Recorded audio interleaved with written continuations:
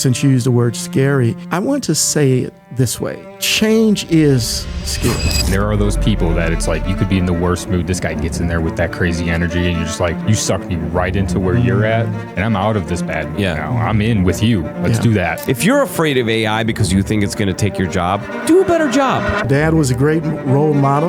Loved him dearly. And then my mom was also on the education side. She was a librarian. And in fact, it's interesting because she was a former Chicago police officer, which I didn't know. So you're in AI right now. No one even knew what that was 30 years ago. That wasn't a thing. It was a sci-fi. Everything good's on the other side of fear. Doing what's right is never easy, but it's rewarding. Value that. Oh my God, that's amazing. I can't believe what I just saw. Seeing is believing, right? Seeing is believing. Don't let the fear of the unknown stifle you. Get stuff done.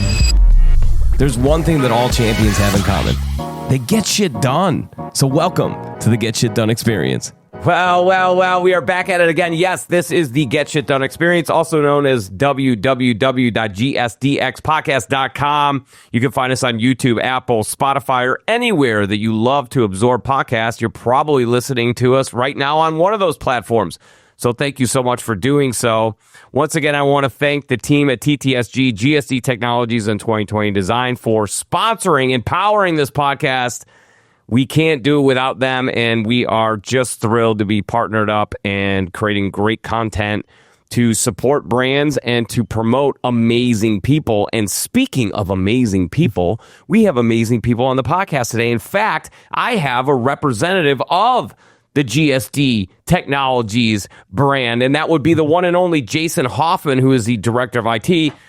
Welcome to the show, my friend. Good to see you, Jason. Thank you, sir. I'm happy to be back, especially with this man over here. Oh, my gosh. And speaking of that man, we've got the one and only Darryl Jenkins. He is an executive vice president and founder and partner of Spectrum Robotics out in Elk Grove Village. Welcome to the show. Well, thanks so much, John. Jason, good to see you. That's also where we would have a good round of applause again, right? If Jason gets it, we got to make sure. We insert the round of applause for you. It's going to sound like a stadium. It's going to sound like a stadium, Phil. We're going to put you up on a big billboard. Yeah, it's going to be amazing. I love the energy in the room. Editing, by the way, is a beautiful thing. So we'll throw you out. You're going to be on a Jumbotron. It's going to be awesome. I love it. All right. So Spectrum Robotics is, an amazing brand that is extremely relevant. But before we get into that, and by the way, people, let's play along here. If you would go to the Google machine and look up Spectrum Robotics while we're having this podcast and take a look, I think you're going to be blown away by some of the technology and advancement and everything that you're seeing there. Before we do that, let's meet the man, though. Yeah. Okay, so I always like to understand like how people get their start, but let's go back even further. Tell us a little bit about your upbringing. Yeah, so excited. First of all, thanks for the invitation. Of course. My background on the south side of Chicago, original 60628, south side. So those of that are listening right now, forgive me. I think they made a show about that. Was that? They did. No, that was Beverly Hills 90210. Okay, but go ahead. No. Well, original 60628. Not everyone can say that. And I grew up in a very warm, loving household. Mom and dad were workers. Father was with Commonwealth Edison at the time, doing some great things there. One of the few African Americans that was within Edison during those days. So I learned quite a bit in terms of the challenges and the demands, the opportunities that we as Blacks and Africans in the diaspora would endure and encounter. So Dad was a great role model, loved him dearly. And then my mom was also on the education side. She was a librarian. And in fact, it's interesting because she often shared with my brother and I that she was a former Chicago police officer, which I didn't know. So there was some discipline there. Okay. So was she a Chicago police officer for real or just to you and your brother? Combination of the two. Combination of the two, but definitely a loving family in that space of progression, growth, trying to make a transformative difference in the lives of people where we live. The other beautiful thing about mom and dad, or the upbringing that we had, they always wanted to make sure that we were exposed to not only great people, but also new technology, new developments, and just trying to give us the best that they could give us on the south side of Chicago. I grew up near the Pullman area, again, about 111, 106, and great deal of affinity for that area. Learn how to play some ball over that area, build some strong relationships. But then I also had an opportunity to meet my first electrician, who happened to be one of our neighbors. And oftentimes when guys would just hang out on Saturday and Sunday, just doing what guys do, he would often grab my mom and dad and say, listen, why don't you have the sons come out with me to learn how to run some lines. Oh, gosh. More of that needs to happen in the world right now. Yeah. Definitely. And in fact, I'm glad that you said that, because it was not only that individual who was a neighbor, but another that was with IBM. Oh, my gosh. Yeah. And he said, listen, come downtown. So now I'm blessed to be able to see the forests of concrete buildings. Yeah. And then be able to go into one of the big firms at that time and be introduced to technology. So technology is part of something that I was always introduced to as a young child, and it kind of organically evolved. It's pretty awesome because your father being with Commonwealth Edison, right? He had the technology part, right? He was in that. And then your mom being a librarian, you kind of were being raised with some of the key principles that are required in order to be effective in business, which is to understand technology and to be a great reader. I would imagine that your mom was probably saying, hey, look, we're going to read. She's a librarian. We're going to read. Yeah. Right? So what was that like? It was a great joy. I had an opportunity to experience different aspects of reading and literary arts. I enjoy culture. I also enjoy performing arts as well. But definitely being in the library is nothing like, and to some degree, guys, I miss that environment. It's changing because you can do everything by way of Google or you can search. I still appreciate and welcome hearing pages turn.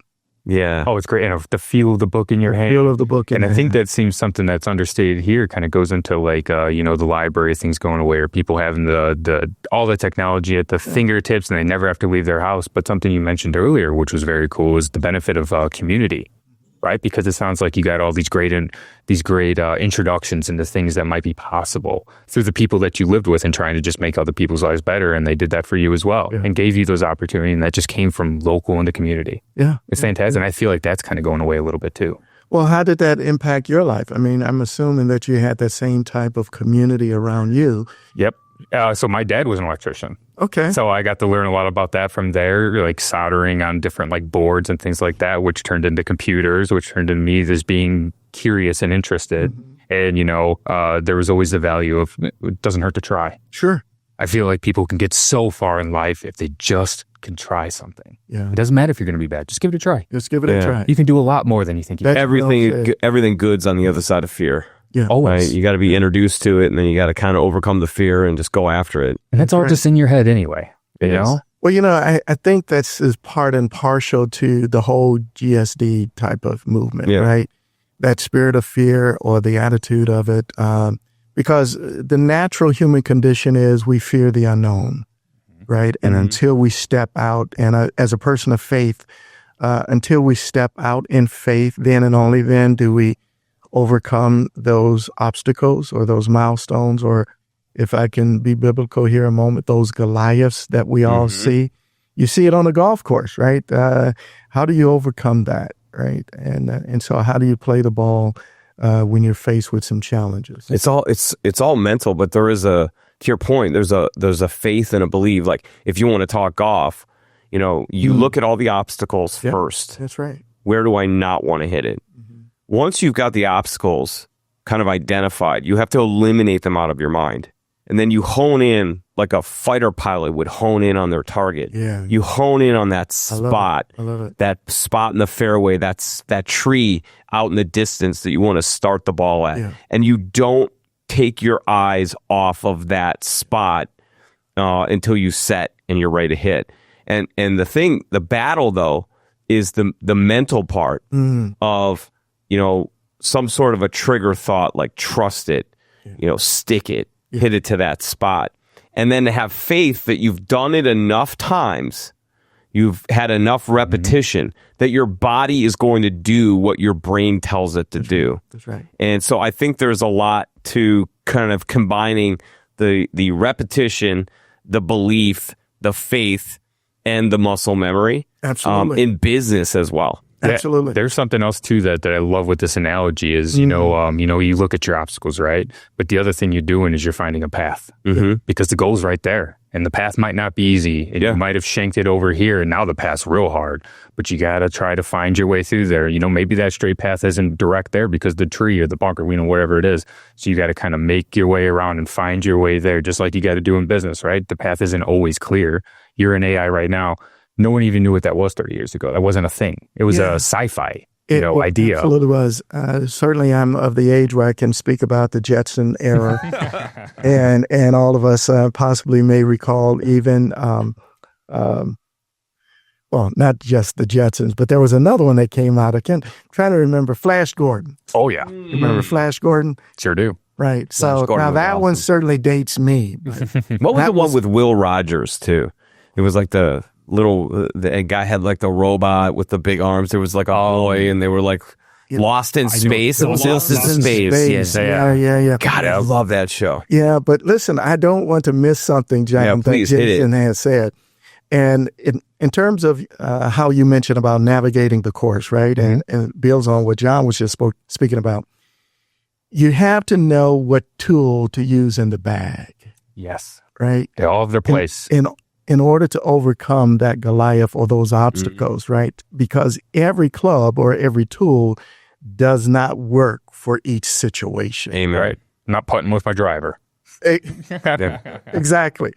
And I did not want to leave that moment because I think as part of business acumen, you really need to understand what tool to use at what time, right? You have the tools in your bag, but then you can't use all tools because all tools may not be applicable or appropriate for that given situation, whether it's managing your team, whether it's your clients, dealing with revenue shortfalls, as we were talking about, as we're talking about even when in the AI space, it's a buzzword to everyone. But I remember when it was not just a buzzword, we were looking at artificial intelligence networks. So fast forward when I moved into corporate, I was with three companies that actually focused in the AI space, right? Advanced Intelligent Network.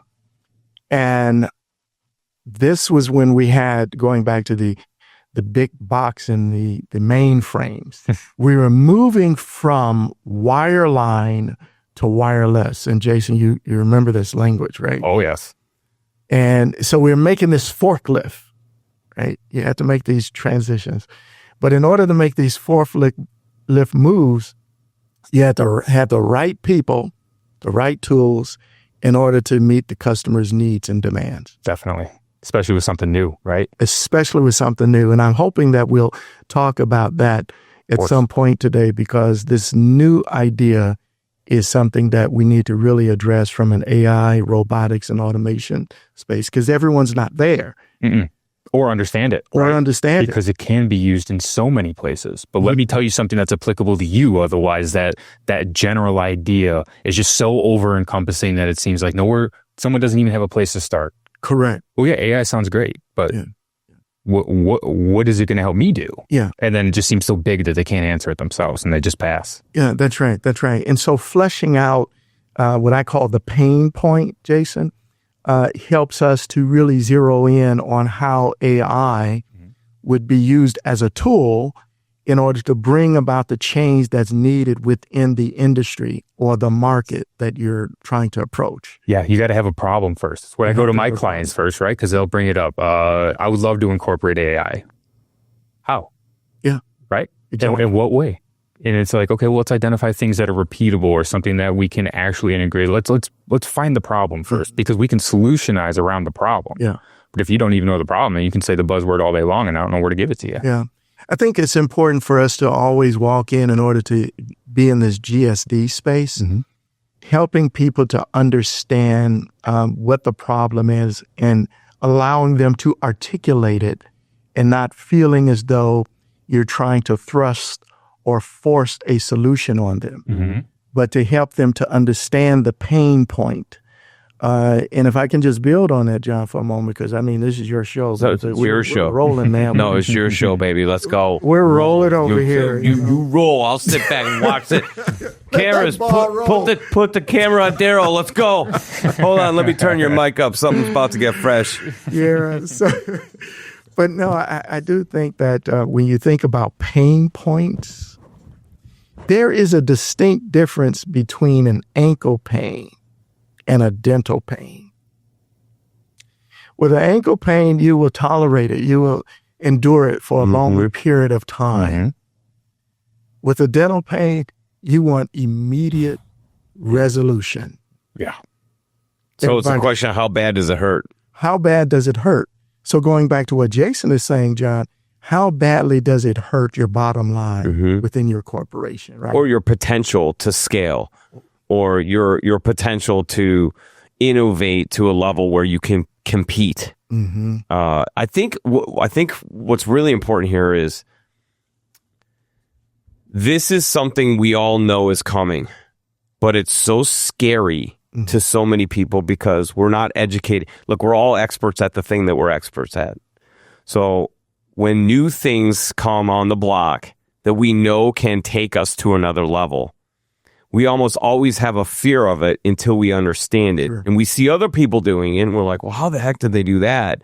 All they did was just overcome the fear of taking the time to learn about it, have somebody in like Darryl to be like, no, calm down. You still get to be the manufacturer. You're still the trucking company. You don't need to worry. Yeah. Like, I'm going to take this thing that you're trying to solve, and I'm going to use my solutions, and you're going to get the desired outcome, but you're not having to do it. I'm going to take that ball from you and do it for you at a price, right? Of course, we're all making money. But I think the hard part for a lot of people is just getting over the fear of, I don't understand it, so I'm just going to stiff arm it. Sure. You guys use great analogies, by the way, because I love the one you just used is, if you have a pain in your mouth, that's something that's bugging you all day long, right? You got a pain in your ankle.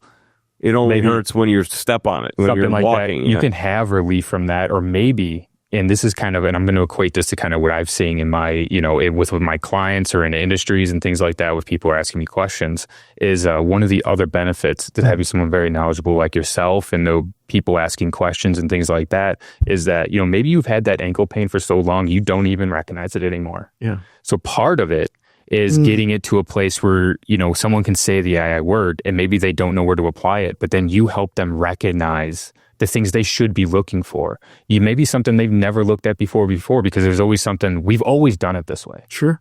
So I didn't know that could be a different way.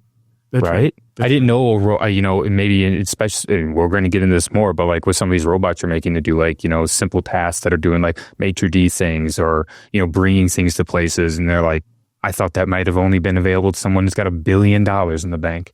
But it's like, this could be for an everyman. This could help you, and it'll help your employees have a better life doing the things they want to do instead of things they have to do.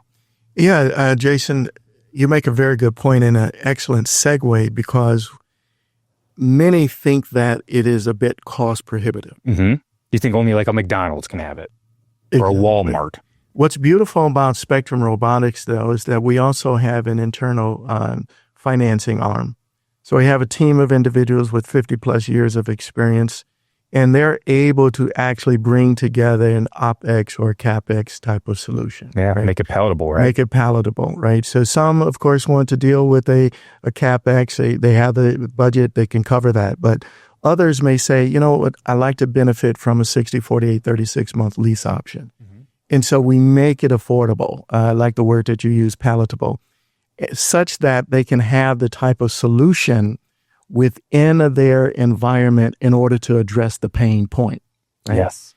And not feel that they need to skirt around it or avoid it because it may be out of the budget, right? That's the beautiful thing about working with Spectrum Robotics. We have the ability to, again, I love what John said earlier, to come into the environment and not force fit the circle into the square or vice versa. Let me say where I can fit. Exactly. Or if I fit. Or if I fit. Yeah. Maybe it doesn't. And that's a very good point to make. Yeah.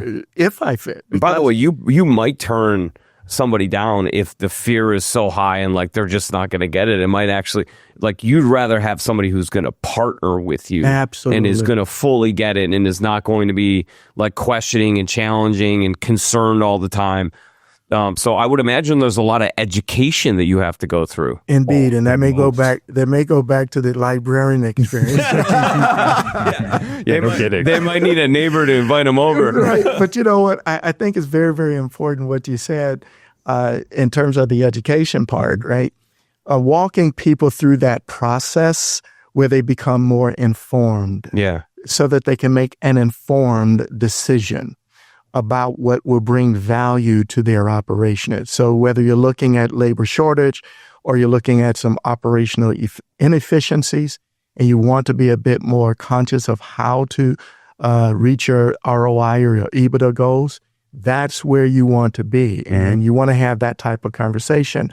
Something else, John, briefly, I want to point out, you mentioned about partner. It's very important given the technology space that we're in. Partner. Exactly. Because the technology is so fluid. Yeah, you can't be transactional in this. It's got to be That's a relationship. You're married at this point. Like, absolutely. If they're putting your technology in, you are an extension of their brand immediately. And you're taking their brand, you're taking their vision of what the operation should look like and how they want to scale, and you're bringing it to life. Like you're part of the family now. That's right. And the whole business model, we have the same sort of business model, right? Is like we benefit for when people grow because we're partnered with them. And we partner with people that we think have a good business model and that will grow. So that when we help them not have to worry about these things, they can do better and we get to grow with them. Sure. Right? And it's kind of the same thing there, right? Because if your solution is the thing that you say it's going to do and you tell them their ROI, and then that actually makes their service and everything better, and then they can open up another location, well, guess what? I'm sure they're going to need another one. Absolutely. The positioning, the scalability is important, and starting at a key point, right? Key learning, and creating that as what we call a POC, a proof of concept environment, so that we can flesh out what's working. I tend to describe it this way. What do we want to continue to do? What do we want to change? What do we want to stop doing? Start, stop, continue. Exactly. Love that. Right? That's kind of the Rockefeller principles right there. Maybe in one of the books I read. Mom, I'm reading. Yeah, and I bet you that education part is like a lot deeper than people are thinking because, at a glance, you could say, well, can the robot do this simple thing? Well, that's cool. And they maybe look at it as like, okay, well, it's cool to have it. It sets us apart. But then like once you get into the books and if they're keeping metrics and things like that, you can be like, maybe this reduces your turnover. Yeah. People don't understand how expensive turnover is. Yeah, so when you start to think about the TO or the turnover, you have to look also at the PTE, part-time employee, and the FTE, full-time employee. And one of the things about robotic solutions is that robots do not have PTO using acronyms, right? They don't get sick either. It'd be really weird to be on like a all-inclusive vacation with two robots. Yeah. Oh, yeah. Like, what do you want? They're on vacation too. Yeah. Like, what are you doing now? It's like I'm just sitting in the same. One of them jet skiing. That's right. That's right. So you have no PTO, no paid time off. But when you start to look at the numbers from a cost-benefit analysis standpoint, you now are able to see what one robot can do when you start to compare it to maybe 2 or 3, 4 people, right? And we have similar models that we have deployed to help individuals understand. And you mentioned specifically about the maitre d'. We have a food as well as a delivery robot, food and beverage delivery robot that actually is the maitre d', and it makes runs to booths. It makes runs to tables. It makes runs in addition to the support of the wait staff. So it doesn't replace the wait staff. But here's what's beautiful about the maitre d'. The maitre d' also has advertisement on the technology, right? So now you could sell space. You could sell space. Exactly. You not only show your menu, but you can sell You space. could have sponsors. You can have sponsors. Yeah. You know, I want to get this point out real quick because I think it's important. If you're afraid of AI because you think it's going to take your job, do a better job. do a better job. The reality is that AI is not designed to take anyone's job. It's to free you up so that you can be more creative, do the things that are more humanized, to take more personal touch, to take more effective transfer of energy, that are more customer service centric, that are more brand centric, right? So maybe you need to focus a little bit more on how can you play a part in being a bigger brand champion for the organization that you represent. But as a CEO, as an executive, somebody who's a stakeholder in an organization, who's taking on all of the risk, is looking to create the best value and benefit for their customers in an ultra competitive world. And by the way, it is a competitive world now. It is no longer a competitive county. You're competing with the world, no matter what business you're in. You're competing at this huge scale, which means that you have to find a way to be ultra cost effective and create the highest rates of return. So if you're a CEO or executive, you're certainly going to look into AI and robotics as an avenue to create the best brand experience and to create it at the most cost effective manner. Now, there's two ways to look at that. Number one, it means that you can scale faster, which means you're probably going to hire more employees, right? So you're not eliminating employees, you're creating more opportunity for employees to be employed. But if you are an employee and you're thinking, oh, they're going to replace me, maybe you need to think differently of like, how can I add more value to the organization so I'm irreplaceable? I hate to say it, but that's the world we're in right now. Yeah. It's the world that we're in right now. And I think building the value proposition is key, right? So when you start to say that maybe you're a waiter or waitress, but now you are a robot operator, right? Because we come in and we provide the training and support, that can be added to the resume. That can be added to your CV, right? That now you have acquired some technical skills that are transferable. Yeah.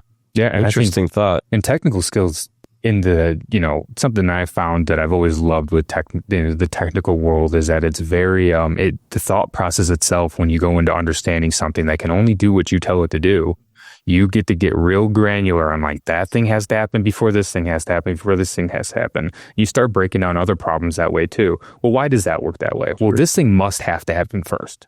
And then this thing. Oh, but that thing's not happening. I bet you there's a problem over there. Yeah. It helps you just break down the world and understand things a lot more, easily, I think. What is the old adage? How do you eat an elephant? One bite at a time. That's right. That's right. So compartmentalizing things into small pieces or chunks helps to achieve the goal. Definitely. I watch going back to the earlier comment that John asked about family, I've been watching and observing with great appreciation how my uncle likes jigsaw puzzles. Yeah. My grandparents did. Whether it's 500 or 1,000 plus, right? My point is, it's one piece at a time. And by the way, it's also, it's piece with a P-E-A-C-E as well. Yeah. There's a great piece to putting each piece in its place. That's kind of that, just that calm of just, it's similar to finding a really good book. And it's like a form of meditation, right? Yeah. It gives you a chance to sit. It's quiet. And when you're not, you're looking for the pieces, that's fine. Your brain power is not all going there, right? Because then you just start getting to your own thoughts. You start reflecting on something. But I think there's a piece to a CEO or an executive that would bring in AI or robotics and be totally afraid of it and then implement it after the training and everything. And then to kind of sit back and watch it work. There's got to be a great piece that your customers have, like, yeah, I made a good decision. This is pretty cool. I'm watching my business get to the next level. This is pretty awesome. Yes. I would imagine there's some feelings and feedback you get like that. There are. And I don't want to overly spiritualize this. It's fine. Go for it. But as a person of faith, that is the peace that Scripture says that surpasses all understanding. To guard your heart and to guard your mind. Listen to that again. The peace that surpasses all understanding. To guard your heart and to guard your mind.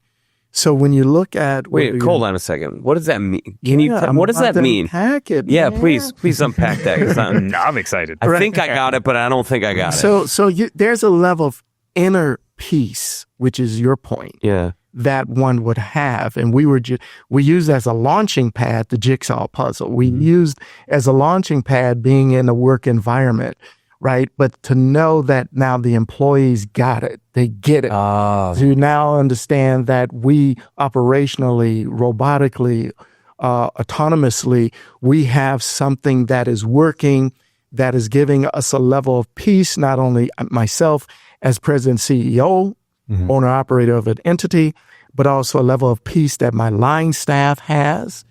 And that brings about an inner peace that I go home feeling better about the day. Yeah, no right? Well, there's your purpose.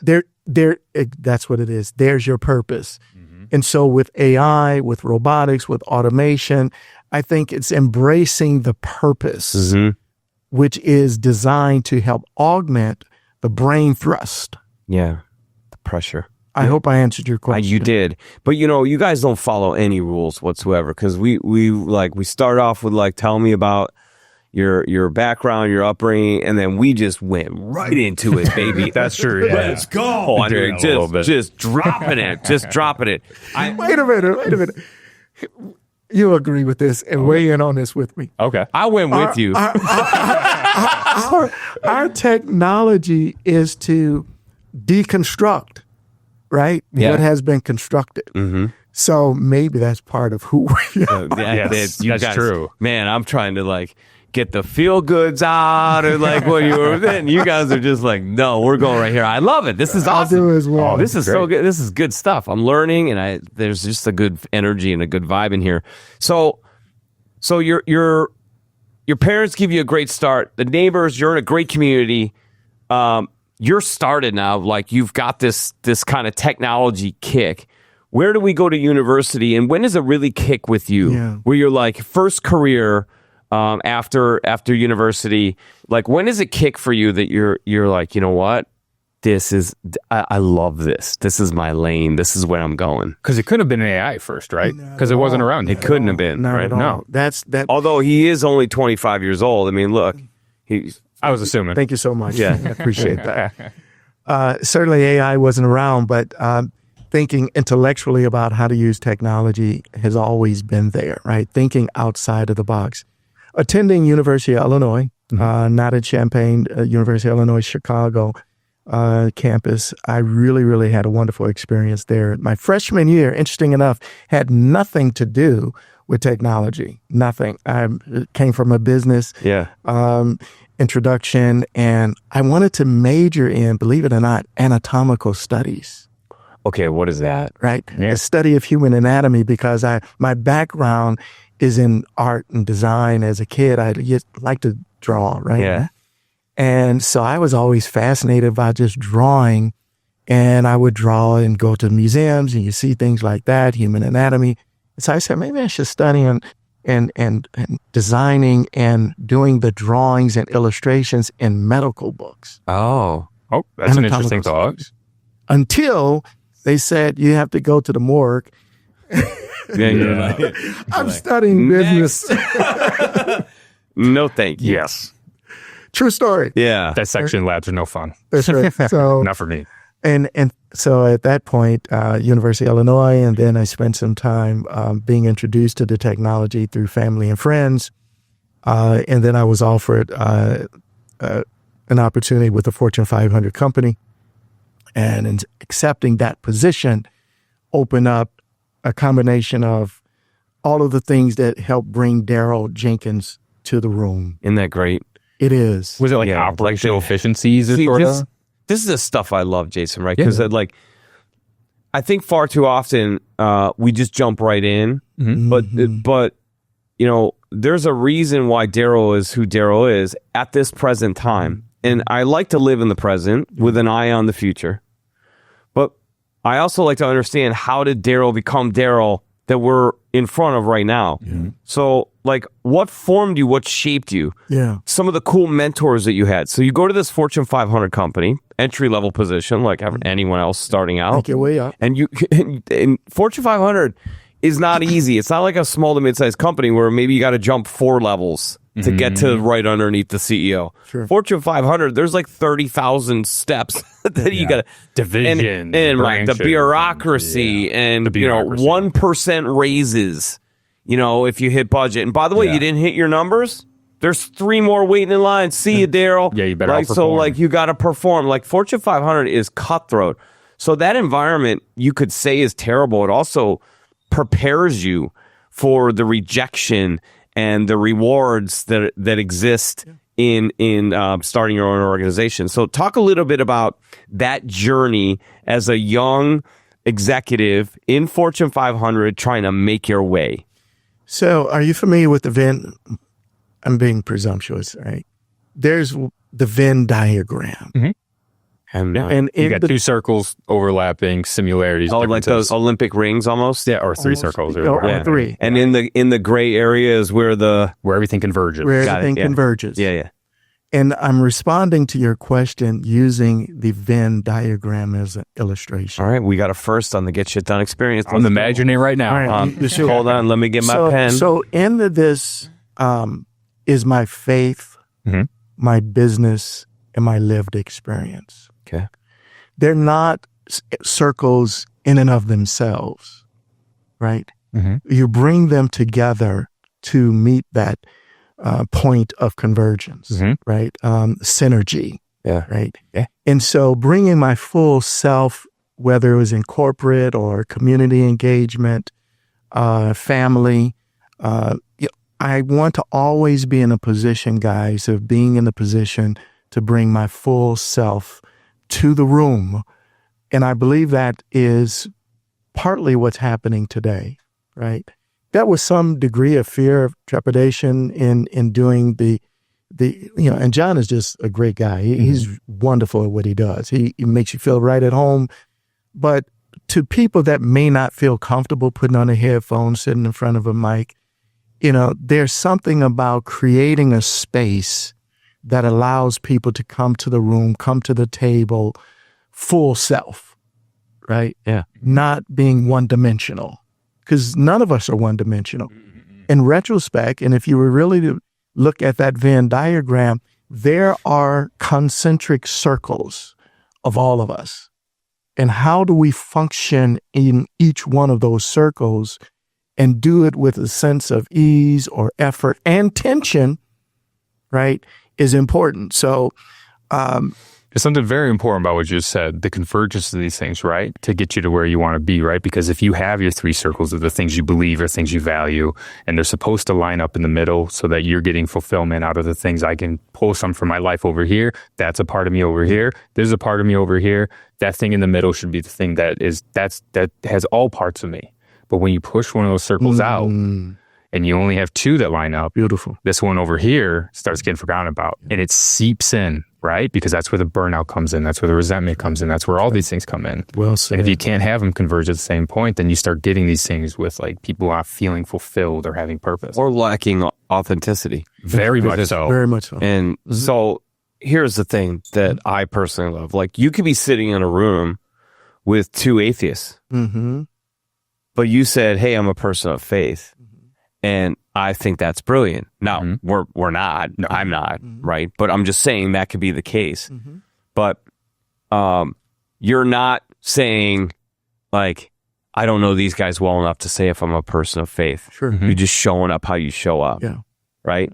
I think there's something. I sit back and watch, right? My dad taught me to look for what you don't see and listen for what you don't hear, right? And so sometimes I sit back when I'm in these podcasts and I'm listening to people talk, and I just kind of have these moments where I just kind of observe. Sure. And there is a level of poise and humble confidence. I think we talked about this, that you have, that is super smooth and purpose driven, but your style of articulating is very engaging. I would imagine that has been a huge asset for you in the boardroom. It has. Oh, yeah. And continues to be. Authenticity shines through, right? Yeah. Tell me how. Tell us how, like, early on, like that Did that come from the upbringing with your parents?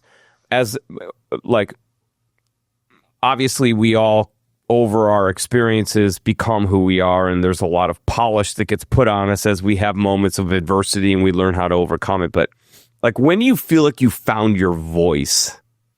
Quite frankly, I think we're often still in search of our voice. I don't think we arrive. I'm speaking for Darryl Jenkins. I don't know about the two of you. Well, I know for a damn sure I haven't arrived. I'm not so sure I've even gotten on the bus yet. Yeah, a lot of times you don't even realize something that is a value to you. Sure. You know, in your early life, you get into a career and maybe there's an experience where you have your own personal values, but maybe someone's asking you to do something and you're like, yeah, sure, I'll do it. And then you go do the thing and it makes you feel a way that's like, it didn't feel right. Yeah.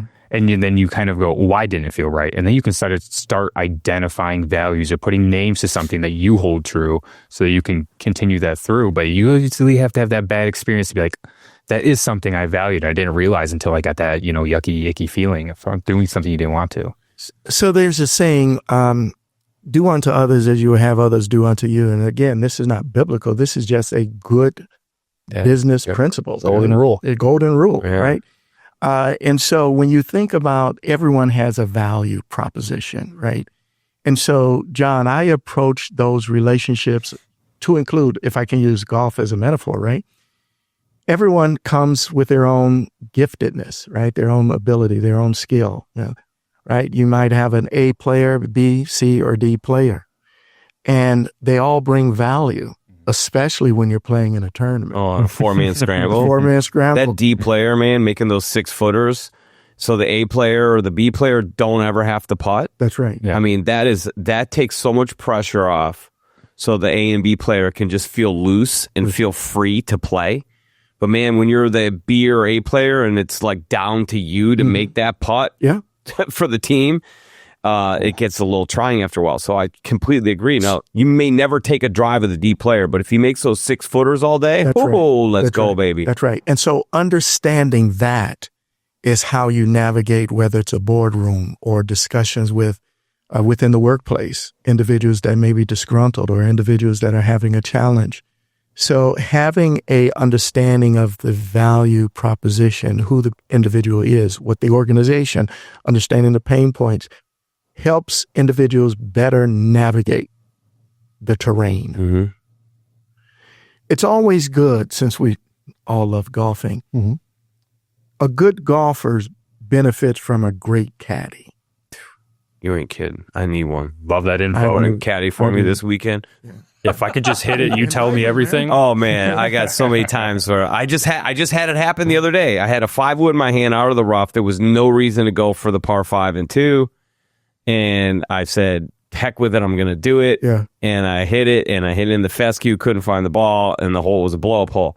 I could have just hit a 7-iron out to the fairway and had a 100-yard, 58-degree, stuck it to 4 feet, and made the putt. Instead. I needed a caddy at that moment to be like, just because your mind thinks it doesn't mean you need to do it. That's exactly right. And so when you have that type of support system in place internally or surrounded by individuals that are like-minded, you're able to advance and scale and grow your business. Yeah, and give better lives, I think, to your employees when you can recognize these things, right? Like if I have one of my engineers, let's say, just any of my senior engineers, and I go, okay, well, you're going to be doing sales now. Yeah. I know that guy doesn't like talking with people. He's very good at the thing he likes, and it makes him happy, even if I don't understand it, right? Because I do like talking to people.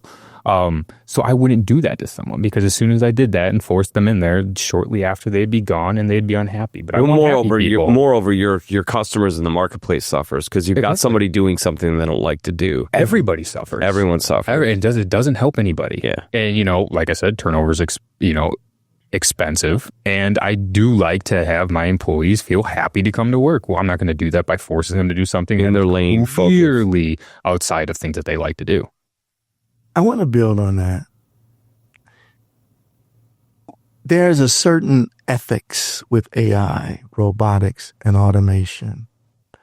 And I do believe that while the technology is complementing and bringing value to organizations, operations, there's nothing like being in community. Nothing. Culture. I don't think I would enjoy being having a humanoid engage us in this conversation right now. No, there's no transfer of energy. Yeah. So the beauty of a conversation like this is the soul that we put into it. Because there's a vibe, right? The vibe is short for vibration. That's right. And everything works on a vibration. Yeah. So when the energy's right and you feel people are kind and genuine and authentic in their viewpoints, and they're adding their wisdom to that, you feel that energy, you feel that vibe. So you're absolutely right. Like part of tuning into anything, whether it be content creation or a proposal that you might be presenting in a boardroom to somebody, is I don't know about you, but for me, I'm not just listening to how smart they are. I'm determining how they make me feel. Like, do I like them? Can I feel their energy? Are they someone I want to hang out with? Like, would I want to introduce them to my family? That's when you know you really have a partner. Like, you'd want to introduce them to your family. Yeah, and we've all been around leaders. There's certain types of people that can literally change the energy of the room by how they communicate or what they're putting out. Because, right, they're putting it out and you're receiving it. You can give it back or you can go shut off, but they're giving you something. And there are those people that it's like, you could be in the worst mood. This guy gets in there with that crazy energy and you're just like, you suck me right into where you're at. And I'm out of this bad mood now. I'm in with you. Let's do that. How long did it take for you to tap into that? Because that is not an innate thing. It is for, I think it might be for some, but not in a corporate setting. Rare. I think in a social setting, it's innate. For some people just walk in a room and they just own the room, and it's literally a gift from God that it was just kind of granted to them, and they have that. But I think that there are people who it's a honed skill that they develop through their time as it relates to in a business setting, right? Because although we say bring your authentic self, let's just be completely authentic about bring your authentic self. You can't, there are versions of ourselves that we utilize in certain settings. Absolutely. So in a business setting, like, we still have to be poised and in control of our surroundings and use the attributes that make the most sense. Those tools that you were talking about, right? So at what point in your career, maybe what role or at what moment could you kind of take us back to where you went, okay, I've found that skill set? I think that skill set was found somewhat at an early age, maybe in my high school. Really? And then it grew and developed over time. It's still growing. It's still developing over time because you often reach points of introspection. You want to think about how you should be doing things. How do you engage with people? But I think I loved playing basketball back in high school. Attended Corliss High School on the south side of Chicago. And one of the things I really enjoyed was the synergy with the players and also integrating the learnings from the coaching staff, coaching team. And just observing, and you mentioned that, by the way. The flow, right? And as a matter of fact, I just shared with one of our recent hires just yesterday. We were doing a deployment at a fairly large customer. And I said, I want you to just go in today and do three things. OLL, right? Observe, listen, and learn. And so that mindset, I think, started early, observing, knowing when to just listen and keep quiet. Maybe I should be doing more now. No, you're on the podcast. You need to talk. Unless you know how to mime. And also you'll learn far more, right? So that's how it respond to that question, John. So they talk about executives being last to speak. How long did it take for you to develop that? Because I know for me as an up-and-comer, I'd be so excited about the fact that I learned something that I just want to tell everyone what I learned, and almost can become off-putting. So it took a while to be confident enough to sit back and maybe not say a word and then be last to speak, which I'm still working on. But I would imagine as a partner in an organization with several employees. You probably have company meetings, you have board meetings, probably have weekly check-ins and all those different things. Like, how are you applying that? How does that work? And, kind of being the last to speak and doing it in minimal words with huge impact. Allowing people to shine. And that's the simplest way of saying it. You do not have to always be the bulb in the room that brings light to the room.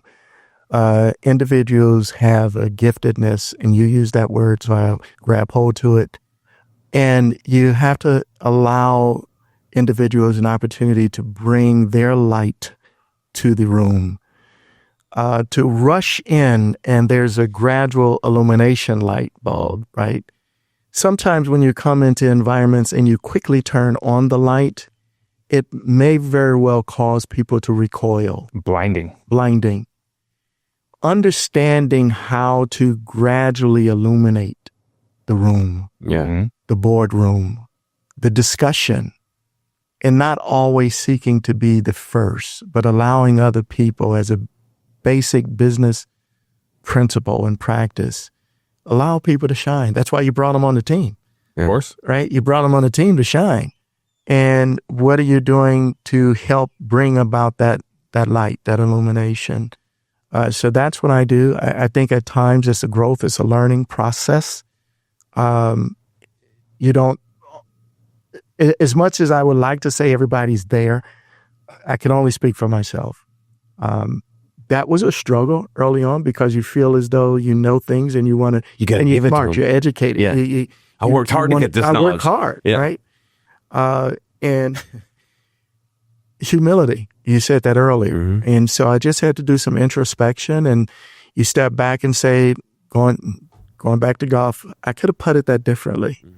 Right? I could have played that hole differently. Instead of the wind was screwing me up today. Yeah. It's like, no, I could have done something. We could have done something. But some things are out of your control. Mm-hmm. But so how do you play with those elements or against those elements? You can control how you react. Exactly. You control how you react to those elements because those elements are not going away. I can't affect the wind, but I can affect how I do. I can let it not get to me. That's right. And by the way, you can't blame the wind either because all the other players are playing in the same wind. Yep.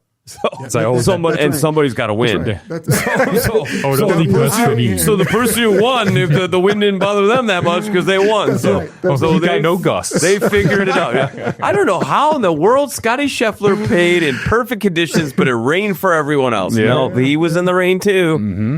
I love it. So I hope I answered that question. And, and again, I think that it takes some time of growth. And I have an acronym for that, but I'm not going to use it. Or that'll be for version 2.0 when you come back. Let's make that happen. We're going to make it happen. I hope that's an invitation. Yeah, of course, this is good stuff. And I don't know if we have enough time today. Yeah, because there's something to be said about the young male ego, especially coming up in business, right? I had the same thing where it's like, me, like I'm doing it. I can do everything. Let me shine. I can be at the top. But that really hindered me giving out the due diligence and the flowers to everybody that was around me. When you see yourself as that one shining spotlight, you forget that you have a whole team that's there helping you. Right. And you can rely on them and you can help. And you know what feels even better than taking the stuff for yourself? Is passing those compliments and that everything that those other people did. I'm bad at taking compliments, so I usually pass off all the credit to everybody else anyway. Mm-hmm. But it's something that's made me feel the best. And seeing a young person then light up when they get the credit in front of one of those rooms. Isn't that a great feeling? It's insane. Yeah. It reminds me of a grid, right? Electrical grid. Each cell gradually illuminates, or the idea is to have one cell light the other. Mm-hmm. Build it off of it. Exactly. And that is, I think, the mindset a leader has to have. Like a chain reaction. Right? Mm-hmm. You're in the grid, you're in the cell, but how do you make sure that your light lights someone else and someone else? No different from, since we're in the summer, charcoal coming together. Mm-hmm. Yeah. It takes one charcoal. Gets going and then the next one. The next one and the next one and the next one. And businesses thrive with that type of mindset. You don't want to be the last light. right? Oh, It's not even hear it. It's like, it's just great. It was like, it wants a burger right now after that. I believe that. But I mean, there's something to be said about that. You know, like you can look at it cyclical. You don't want your light to be the last light. You should be passing that off to somewhere else, and that should start a whole another chain of maybe it's an idea, maybe it's a process, maybe it's just a whole brand new thing, right? You shouldn't be the last one, because that should be passed on to somewhere else. Yeah. Don't keep it with you. Right. Don't keep it to yourself. And that's where I love innovation in the space that Spectrum Robotics is in, because we're allowing individuals, as a matter of fact, we're hiring right now college students to come on as interns and bring that light, right, innovatively, to help think outside of the box in some ways that we can bring new robotic and automation solutions to the marketplace. Earlier, I just spoke about the food and beverage delivery robot technology, but we also have the floor cleaning robotic solution that does some of the basic things that everybody does. But at the same time, you want to be able to reallocate those resources so that they can focus on bringing light to another area and letting the scrubbing, the mopping, the sweeping, the vacuuming, let that be done by a robot that we have. Yeah, wouldn't it be nice if you had that janitor who didn't really have, maybe a career progression? There wasn't somewhere more to go. This is what they're doing. Right. But by getting the robot that can do the thing, you can kind of put them more into a managerial spot where, like, now you're in control of what this thing is doing. So let's make sure that everything's squared away. And now you get brought up. You're starting to learn more things. You're overseeing. I would imagine, too, for that analogy, that the personal pride goes up to another level. Just for instance, so a janitor, right? And thank you to all of them. Oh, yeah, right? That's right. They make the whole work. That's right there. And yes. Shame on us for, we thank all kinds of people, but we take for granted the necessities and the things that happen. You think those garbage cans just emptied themselves? Like, you think the floors just were you could eat off of them on their own? No, those are hardworking people that are going in there, in many cases, putting ego aside and going after it and taking on that job so that we have the niceties of a corporate setting and so on. It's one of the building blocks of society. I would imagine that if you said, hey, look, we're going to put a robot in this spot, and now you are in charge of how that robot operates and functions, and it's going to free you up to do this thing, and then we're going to train you on this other element because you have more time. I would imagine that the level of purpose, the pride, steps up, because now they go home or they go to a family member and they go, you wouldn't believe it. I'm now supervising this technology that is taking some of the busy work away from me, and they're training me how to do this as well. It's almost like they've got to feel like, oh my gosh, I've kind of made that next step, right? And maybe there wouldn't have been that next step without them, without that robot. I'm smiling because just 2 days ago, a 65-year-old individual shared that. Walked in a room, and the natural, and you can read the room to some degree, right? And the natural reluctance or hesitance was, they're replacing me. Yeah. Scary. Right. But then having the conversation with the individual and getting to know the pain point, their story, the narrative, and then providing some sense of reassurance that this is how you're going to be trained to be an operator. And had I not had that conversation, nor members of our team had that conversation, we would not have found out that person was an auto mechanic. So, there's a whole nother layer to that person now that... Right. Yeah. Right. So that fits. That's his sweet spot. That fits. And by the way, had you not have that conversation, that would have been the undercurrent resistance to partnering.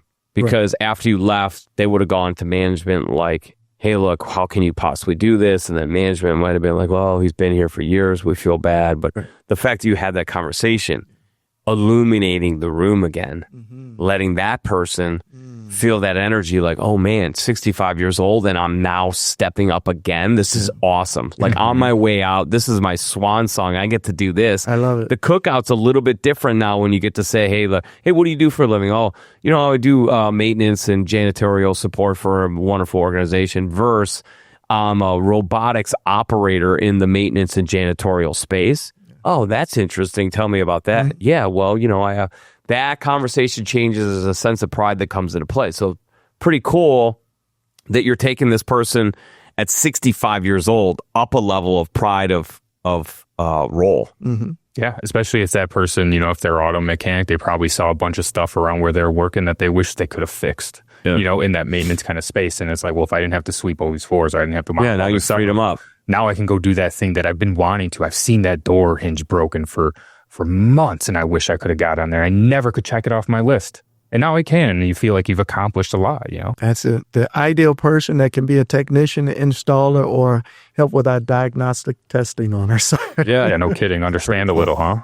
And maybe add some value with maybe a comment. I bet you if this little servo did this or this hinge worked a little bit different way, you might get it freed up here because this part's hidden over here. All right, so we're talking about what Spectrum is doing, and we're going to get into more detail on that. But I want to talk on a grander scale. Like, what direction is AI going? Period. Like, we see little bits and pieces, and new things keep tripping out. It's very difficult to keep up with because it's happening super fast. Yes, and by the time you learn one thing, it's like, oh my gosh, I don't even know anything because 6 more things came out. But like, what direction is AI going in general?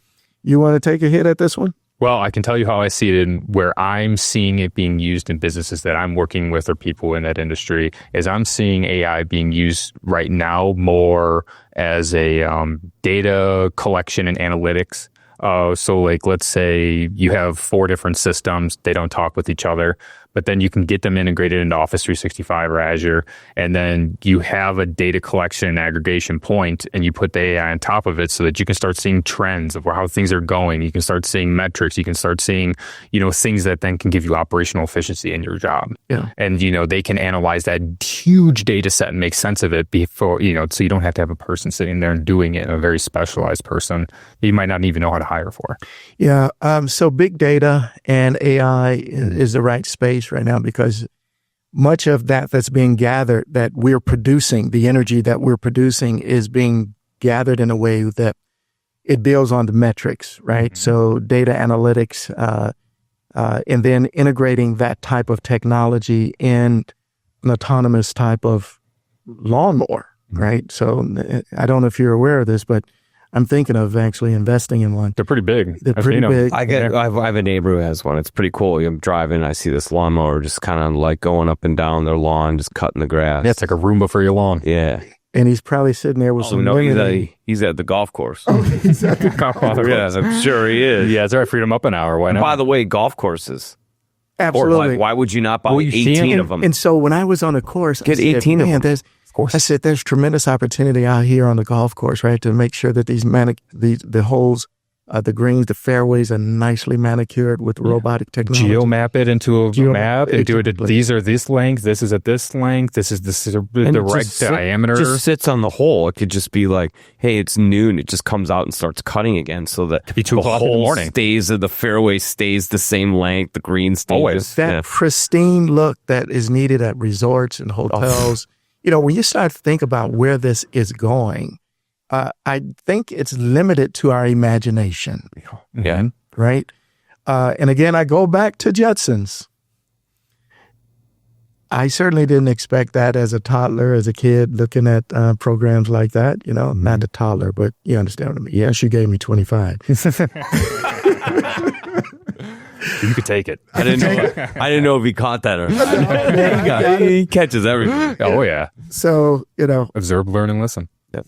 The OLL, man. So, I again think it's very, very important to understand that the sky is the limit, as one would say. I mean, it's not the only thing, right? Think about farms.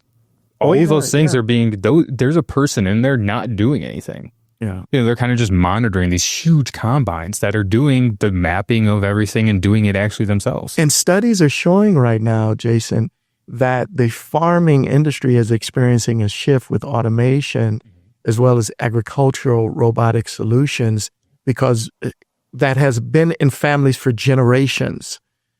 Fast forward, some of the children or grandchildren, I more accurately should say, or great-grandchildren do not want to necessarily do farming the way their great-grandparents have done it. Or it's no longer profitable the way they last did, and they don't know how to make this make sense anymore. I grew up with so many farmers that they all lived on farms. Their main job wasn't a farmer.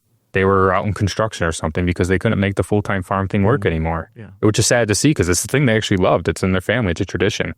And it would be great if, efficiencies and things like that could make that a better thing. Yeah, so the technology where it's going today, you have vertical farming, right? So that's cool. It is cool, right? So crazy. Vertical farming allows you to do your agriculture in a way that is more modernized, and you can do an FTM from farm to market in a different way. Yep. Right. So less footprint, and the water then can trickle down and evaporates back up. You'll be more efficient with how everything's going. It's great. Yeah. And so again, now you're looking at some other ways of cost efficiencies, labor shortages. The traditional farmers got to be scared to death of that conversation. I don't know how many traditional farmers are back. I think a lot of them. I know there's huge commercial farms, but even the huge commercial farms are typically just essentially saying, hey, we're going to buy you. You're a subsidiary of us. You're still having to deal with the everyday farmer that we would picture in our mind if we thought about a farmer, right? Yeah. And, if they're 3-4 generations, they're more sophisticated, they're more educated, that all happens. It's still scary because it's just so different than the lifestyle that they've lived, where you work with your hands and you work with big pieces of equipment. You do stuff. You feed America. Don't sit back and wait for something else to do the stuff for you. I wonder if that's kind of a scary thing for them, or if are they embracing it at the level that is anticipated? I would say the answer to that is yes, but also there is some degree of fear. And since you used the word scary, I want to say it this way. Change is scary. Yeah. Oh, yeah. Right? Does that work? 100%. That's all I deal with. All my clients is I'm changing stuff for them. Or it's scary. fearful. And I'm just grabbing on to the word you used, that adjective you chose to use. But I am of the opinion that if individuals are informed, is no different from our Apple phone, and that wasn't a plug, by the way, our iPhone or our Android. Okay? Again, no plug. But the point is, people feared moving away from wireline, going back to your earlier question, hey, what's your history, what's your background? Wireline to now wireless, right? And so now people are using this type of technology to include cloud engagement, API. So people are interfacing differently today. No different from these laptops, no different from how we're communicating by way of this wonderful podcast. Definitely. That change for some is a bit intimidating. It's so interesting you said that, because 25 years ago, if somebody tuned in and was watching this, they would think they were watching a TV show or a news broadcast. But this is the way the world has changed. We're in a small to mid-sized business right now. There's 3 organizations running out of this building. You are an executive, founder, owner of a small to mid-sized business that's scaling fast. You're on as a guest. And we're creating our own darn media. We don't need CBS or NBC. We'll do it ourselves. You don't want to come talk to Spectrum Robotics? We'll talk to them. Yeah, we'll create our own show with them. We think, and by the way, value. You don't want to put TTSG, GSD, and 2020 design on the news and do a cover story on them? We'll create our own story. So there's that. That's kind of what's happening. I feel like it's the same thing as, like, if you look back, if somebody looked back 20 years ago and said, hey, you're going to have combines that are going to go, and you're just going to literally be in the field watching these huge combines go do this stuff for you. They'd be like, yeah, get off of my property. You spaceman, get off of my property. But look what's happened. So to your point, the sky's the limit. It really is.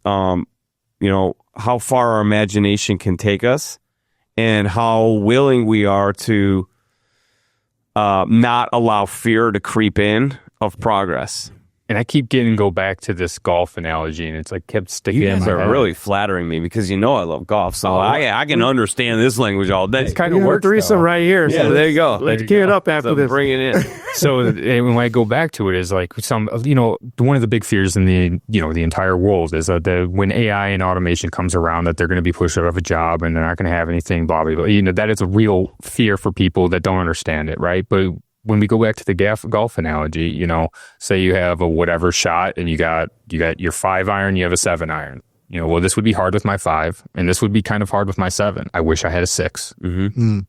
Now here's your 6. Isn't that a lot easier? You didn't have to change. You just have to. You got another tool to help you. Why not do something that could help you do better? Sure. Make it easier. Make it easier. You had alluded to ethics, and I think this is another fear point for a lot of people that are not necessarily educated on it, but I also think it's a fear from the standpoint of I don't think that we, from a faith perspective, I think we kind of understand who runs this dimension. We know where the actual kingdom's in a different dimension. Now, you said earlier you're not a person of faith. Oh, I am. I said I am. I said you didn't know what room you were in, and you still proclaim you're a person of faith. I was about to say, John, man, you're talking like a person of faith. I'm very much a person of faith. Brother, we got him right here on our shoulder. So I love it. All right. So my point is that this is we're not sure who's in charge of this world, which is why it's so important to have faith in a higher energy and spirit and so on. And because of that, that makes it scary when you think about technology and who's actually in charge of technology. When you're looking into a conspiracy or you're looking into any type of thing, they say trace it back to the money, right? And then you figure it out. Well, when you look into AI and you go into the depths of it, where it's originating, like what are the regulations on it? Who's in charge of it? Where is that money going back to? Like, what's the main source of it? So the question being is like, how do we control this so that it remains ethical, so that we don't get out of control, so that we are able to protect our information, so that it doesn't get so smart that it dominates us? Like, these are all things that I think do creep up into the minds of people, maybe in more of a social setting in their family room, but I'm willing to say it on a microphone and a podcast. I think that there is a little bit of a scare of like, not all people are good. Yeah. And there's a lot of really smart people that aren't very good that might be funding some of this stuff and might have some bad intentions. So how do we guard against that? And I would like to piggyback off that for you said like in your family room or something like that where people might say, but you're saying on a microphone, right? Well, I can tell you in the conversations I've had with clients that even some of them are very... Is that coming up? Oh, 100%. Some of these owners would like to keep a server at their house instead of putting it in the cloud because I know where that my data's in my basement. I mean, it's not real. What they're thinking isn't the right path, right? Because they don't know how data works. But they think if I have the physical thing at my house, I have all my data and nobody can get it. So it's like anytime you had a conversation about the cloud, it's like, well, I don't know what's there, who has access or any of this stuff, but I know if it's in my basement, I know where it's at. And I can see the same thing, right? Because you got to feed the robot the AI data so it knows what to do and all your metrics, blah, blah, blah. And you want to make sure that you know where that's going to be and it's not being used somewhere else or, being manipulated with or intellectual property theft or anything like that. Boy, we threw a lot at you. Well, I think they're all in the same vein, right? Yeah. Ethics. How do you know how do you trust the person with what your data or where it's being stored or who has access? That's an ongoing challenge. Always. Identifying people that will be part of your team and sitting on boards that are also part of innovation, creation, manufacturing, writing code. You have to make sure that you have someone that has a compass, a moral compass for the common good of all people.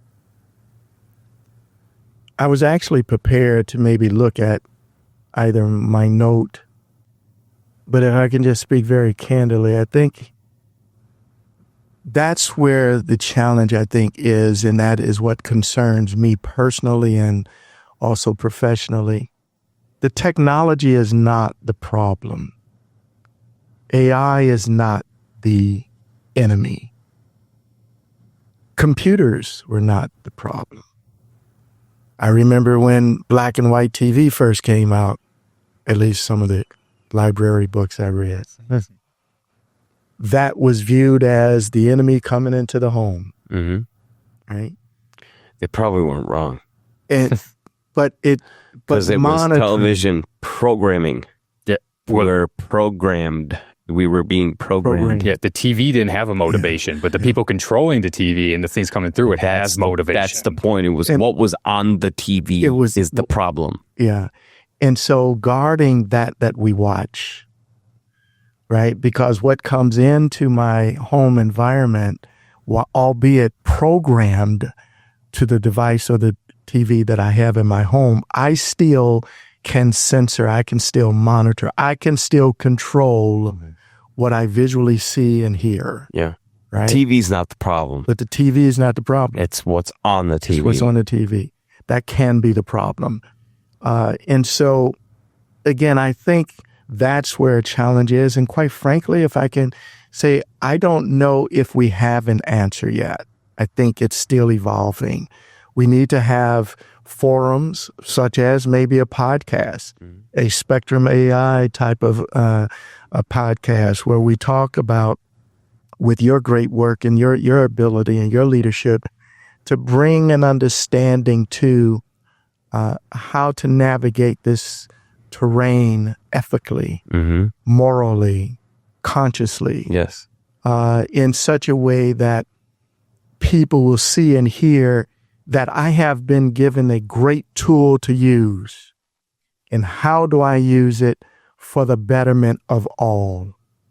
I can't force a person to think that way. No, that's the DNA of hard. mom and dad. That's the DNA of household. That's part of that cultural community, that community that you're part of. I think it's also the reason why, it's really important that if you're going to hire somebody to handle, as an organization, to handle your AI, you take time to know who's steering that ship. That's right. Who are the owners? Yeah. What do they stand for? What's their moral compass? What's their brand purpose? What are their core values? What's their culture like?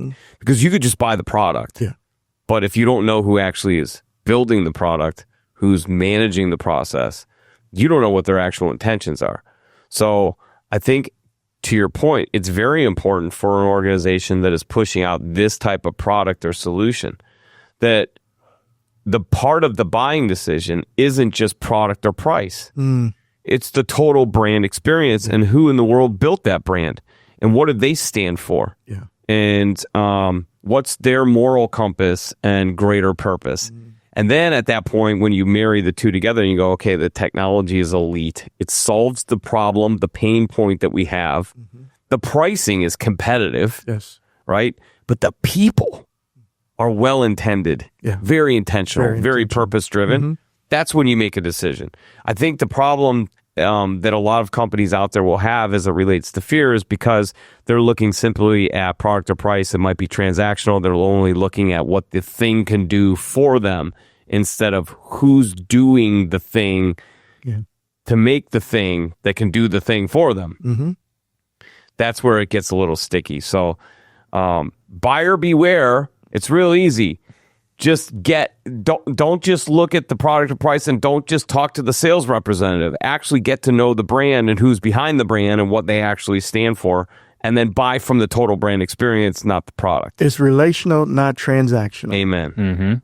That's the partnership. That's what it comes down to. That's what it comes down to. And I like what you're saying. Like, you need to have that kind of captain of the ship, right?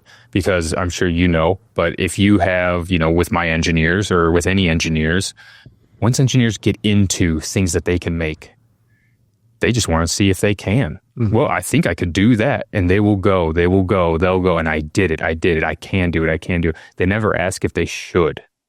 Right. And that's where that steering part is, because you could make something that can do everything, but they just were more concerned with the technical, can it do it? not necessarily if it should be doing it or how it should be doing it, or like keeping those other things. That's where that leadership comes in, to be like, well, here, it's really great that you aggregated all this data and everyone can see everything and pull everything, but like, what are the negative consequences? How do we keep people safe from like manipulating a system, all these other things? And that's where that leadership comes Are there in. monitoring bodies of AI? Like, is there? They're bubbling up. Okay. As a matter of fact, I'm very interested in offering my time to governance in this space to make sure that there's some boundaries, some barriers there. It's something that I think is worded this way: doing what's right is never easy, But it's rewarding. but it's rewarding, right? And so I think we have to always try to make sure that we're doing what's right. And now that can also be debated, because someone will say, well, how do you know what's right? Mm-hmm. Do you see AI being something that internationally there is treaties? Because let's just face it, like, look at Antarctica. I think there's a international treaty that is out there that like nobody can go there and da. And that's another podcast that we might be creating about conspiracy theories and General Byrd and Admiral Byrd and all that stuff. That'll be super fun. His nice little aliens and all that different stuff. But but in all seriousness, there is a treaty about what people can do or who can travel there and so on and so forth, and how far they can go, and airspace and so on. Do you see something like that happening internationally, where there's a governance, perhaps a treaty that is signed from all of the superpowers and all the countries involved, similar to a UN type of agreement, that we will share information, data, and we will govern it in this way, and we won't cross this line. And any country that doesn't want to essentially sign in is locked out. Yeah, I do think that there's a strong possibility if it's not already in place and functioning now. Yeah. Right. But I do think that, again, you need to have some boundaries. You need to have some protocols that are in place to ensure that we do not cross the line. Yeah. And I'm saying that in a layman's voice. Sure, absolutely. Yeah. Well, I hope the powers that be will put something like that in place. I hope they have everyone's best interest at mind. That'd be nice. I hope so. I don't know who those powers would be, but if whoever those powers would be, perhaps you call Darryl and have him on that board, because we trust Darryl. Pull his ear a little bit. Trust Darryl. So I am curious, if we were to walk into the facility at Spectrum, Sure. what will we feel? Oh, my gosh. What's the culture like? Well, first of all, we're located in Elk Grove Village, about 10 minutes away from O'Hare, a wonderful facility that has 3PL logistics warehouse. We also have product on display there. We do not treat it as a museum, so we use a JIT method, just-in-time delivery. So we buy product and we move product. We sell product. So when you walk in, you are greeted by a warm smile and friendly personalities that are part of the environment. And then as you come into that environment, you're greeted warmly, and we sit down and talk to you. We want to sit down at the round table, get to know you relationally, hear the story, hear the narrative, and better appreciate why you're there or why you're here, and if you will. And then we take some time to go through the product demonstration. As a matter of fact, we are hosting on a monthly basis what we're calling, and you'll appreciate this, the two of you, Robinars. There you go. Robinars. Let's see what you did there. And so I'm going to patent that. Oh, there you go.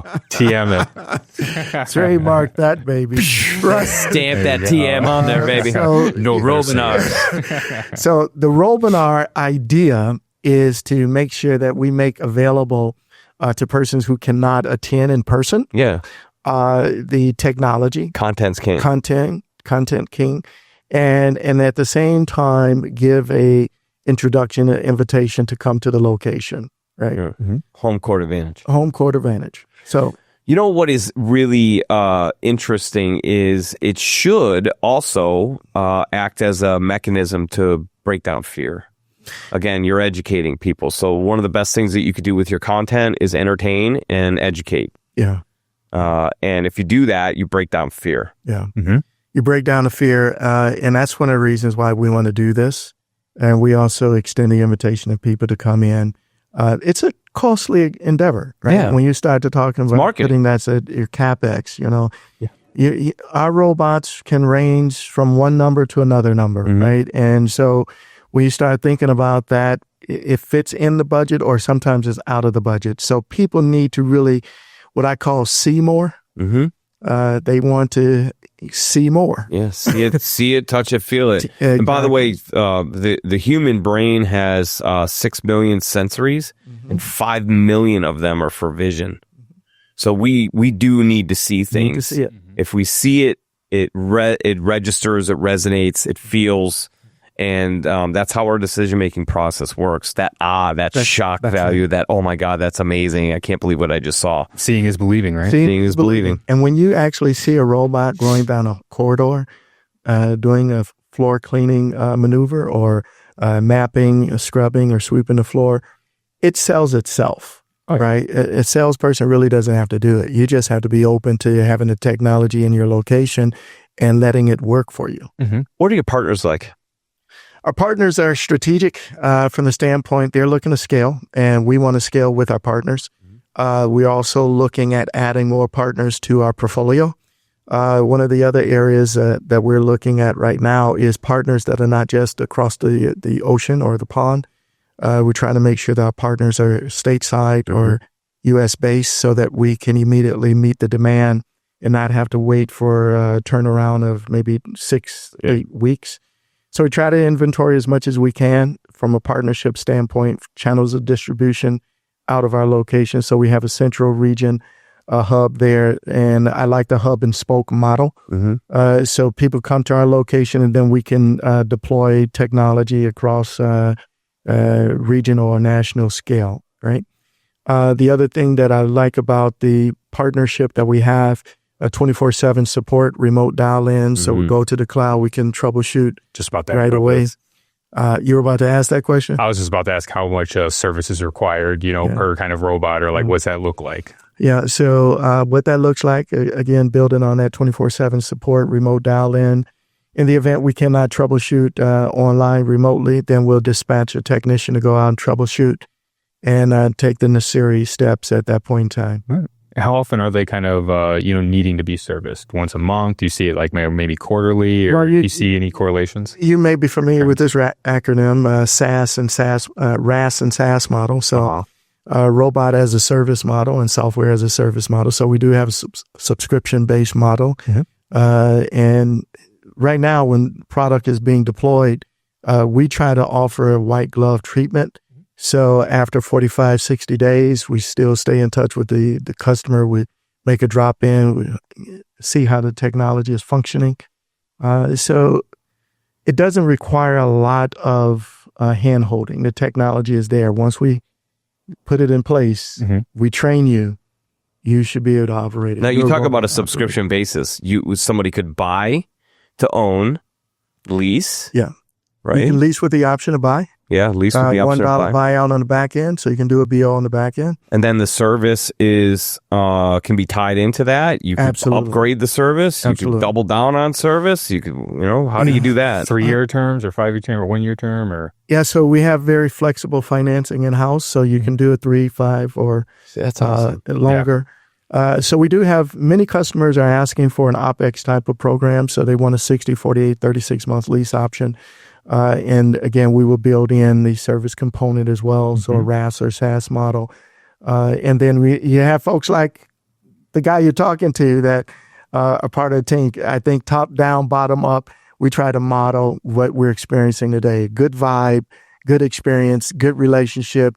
We want to make sure that people know that we're their partner. We're not just there to transact. Now you have a robot sitting over there and it's idle. That does not help you to achieve your ROI or your EBITDA goal. I would imagine that doesn't sit well with you either. It doesn't sit well with me at all. You want to provide value. You're the thing that's going to provide the value. And if not, tell me so I can help you. Right. That's partnering. Yes. Yeah. Right. And here's why that's partnering. Because it's important for people to understand that technology is constantly evolving. So, always software updates. Think about the many software updates that, unbeknownst to us, we had late last night. Before you awakened and truly started your day, that was a software software update pushed to your device. Everything's fluid. Everything's fluid. Yeah. Everything's working all the time. Every single app on your phone, everything, how they communicate, how they get better, how they, and those little getting better things can cause issues, but then you go and you fix that and it's just continually improving. And why not? Yeah. So big vision, right? How long has the company been in business? So we're a young company. We started in 23. So that's awesome. Congratulations. Thank you very much. Did you realize you were going to scale this fast? We're still scaling and we're still looking for more room to grow. Yeah. And I'm hopeful that opportunities like this, relationships with you all and the listening audience would allow us to do just that. We're looking for strategic partnerships and looking to expand, looking to grow. Yeah, I think that's something great. Is just, a lot, like I was saying kind of in the beginning, a lot of people didn't even know it was possible. Once you learn that something is possible and, something that isn't just made for, billionaires, you go, oh, well, then I can kind of start seeing where this might be put in place to help, right? Because now it's not something that's unattainable. Yeah. So big vision as it relates to growing. Where do you see, what's the BHAG? Yeah, well, we're looking to make sure that we are in a position to build the market valuation of the company and then maybe I'm socializing the idea with some colleagues of mine who are investors of an IPO, but I don't think we're ready for that just yet. But when you say big vision, I would be remiss if I did not say that's part of the horizon. I would like to be able to take the company to a point where we're just north of maybe 100 mil and do an IPO with some solid contracts. Employ a bunch of people. Stand. Exactly. Change some lives. Really I want to scale change it. some lives. Yeah. I want to change some lives. And we can do it through Spectrum. If you haven't already, let's remember it's Spectrum Robotics, and that's www.spectrumrobotics.ai. I mean, that's fitting. So that makes sense. And I would imagine that if you were to knock on their door in Elk Grove Village and say, hey, I want to take a look, you would be greeted with open arms and a warm smile and probably a cup of coffee and a little bit of a tour. And or you could just reach out, to Darryl on LinkedIn. By the way, sent me a DM at 4:04 a.m. this morning. So this is clearly somebody who gets shit done. And that brings me to this point. The name of the podcast is the Get Shit Done Experience. We like to talk about how people are doing those things. And there is a very unique set of values and attributes that the top 1% to 5% have. We'd love to tap into that. So give us a little bit of your pillars of success, your kind of core values, your routine. Clearly, you're up early. And I loved every second of that, although I didn't respond until 7. But I was up at 6, so I'm not a 4 a.m. person yet because I'm up till 2 a.m. Yeah, there you go. So I got to sleep at some point. But I am curious, what is your belief system and your strategy to get shit done? Yeah, so I think from a GSD standpoint, I have to ground myself in, and again, as a person of faith, I want to ground myself in the Word. I want to spend some quality time in isolation, if you will, before it gets too busy. Mm-hmm. And we follow the agenda of the day. I try to start my day out just doing some introspection and just listening and just being still. And again, not trying to biblicize this, but there's a wonderful passage of scripture in Psalm 46:10 that says, "Be still and know that I am God." Mm-hmm. And so I try to enter early morning into a space of just being. And although as a business owner and operator, and many can attest to this, you awaken, your mind is racing, you got the agenda, you got all of the things to do, not to mention family do list, honey-do list. But the reality is, I think for Darryl Jenkins, number one is what I just stated. Yeah. Number two, looking at that agenda from an impact. What type of impact do I want to make today? Not just operationally, not as a business owner and operator, but who will I likely encounter today that I can bring about some meaningful impact that if I do not see them again, they walk away saying, that gentleman brought some impact to me in that short amount of time, or in that 24 hours of the Leave day. them better than you found them. Leave them better than you found them. So that's number two. And then number three for me, just having a spirit and personality of intentionality, right? Trying to be intentional about what I want to do, what I'm setting out to do, that aligns with the Venn diagram, right? Intentionality around each of those revolving areas of who Darryl Jenkins is, right? And when I come home at the end of the day, it's almost a replay of that, just taking some time to be, because we can hear all of the other ancillary stimuli that's going on around us. But we really just need to sit down and prepare the mind, the spirit, the soul to rest well, because that may be one of the reasons why I was up at 4, because I allowed my inner person to get revived, to be recharged, to be refreshed, to be renewed, so that I can come to this day hoping to have a wonderful conversation, which I believe we have. Thank you so very much. It's been an absolute pleasure having you on. Once again, Darryl Jenkins, and if you are so inclined, please follow Darryl on LinkedIn. Check out what their organization is doing. By the way, if you pull up their website, it's a beautiful website. You're going to see a whole bunch of robots that are in action and working. There's some drop-down boxes here where you can set up. You can see their media, you can see their blog, and you could also click, a button for a demo and set up an appointment. Please do that. But I have a feeling that if you're interested in something like this, just send Darryl a DM on LinkedIn and he'll get back to you immediately. Any final thoughts? Any final words? Anything that you want to leave with our listeners about, just a way of being, a way of thinking, or, why Spectrum Robotics could be such a great answer for them? Yeah, I think the Spectrum Robotics can be a great answer because not only all of the things that we mentioned today, but we are a company that understands the value, and I'll use this choice word, getting stuff done, right? So we choose to do just that, and we do not want to do it in isolation. So if you have some regret or fear or intimidation, my closing and parting comments are, don't let the fear of the unknown stifle you. Get stuff done, and you can build on that how you choose to. Yeah.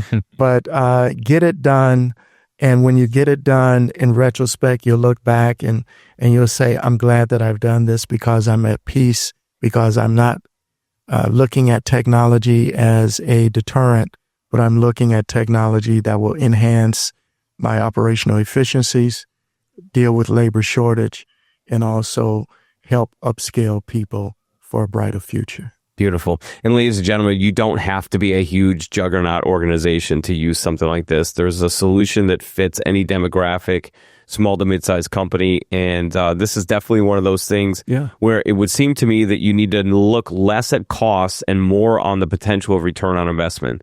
Everything has a cost, and I would imagine, the cost of doing business for anything like this is always scary. But when you look at the potential efficiencies and the improvements, if you're a scaling business, you're going to have to look more at what the potential return on investment is, how this frees you up, how it helps you to scale, how it helps your employees to be freed up to be more creative and more innovative in different parts of the organization, how it takes away some of the busy work that might be holding back the potential for growth, holding back people from actually being creative, getting into that creative space. So there's a lot of different things. I think I'm speaking to the choir here. I think you get it. But you know what? I'm a podcast host, so of course I'm speaking to the choir, and guess what? Sing better. And a great podcast host.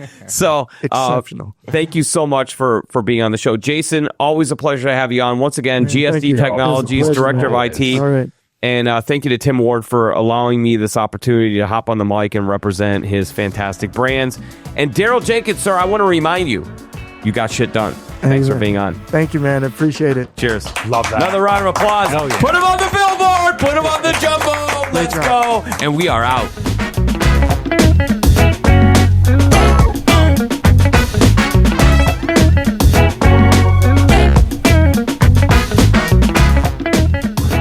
business handle 15% growth?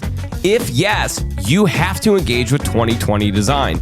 They fuse data and creativity to stop the scroll, break through the noise, and grab the attention of your future customers. 2020 Design will create competitive, click-worthy campaigns, design and build custom websites, spark your social media presence, and structure email campaigns that get right to your audience, the decision maker. Let's boost attention and awareness, which allows you to convert more sales. Check them out at 2020design.com. That's the number 20, TWENTY, design.com.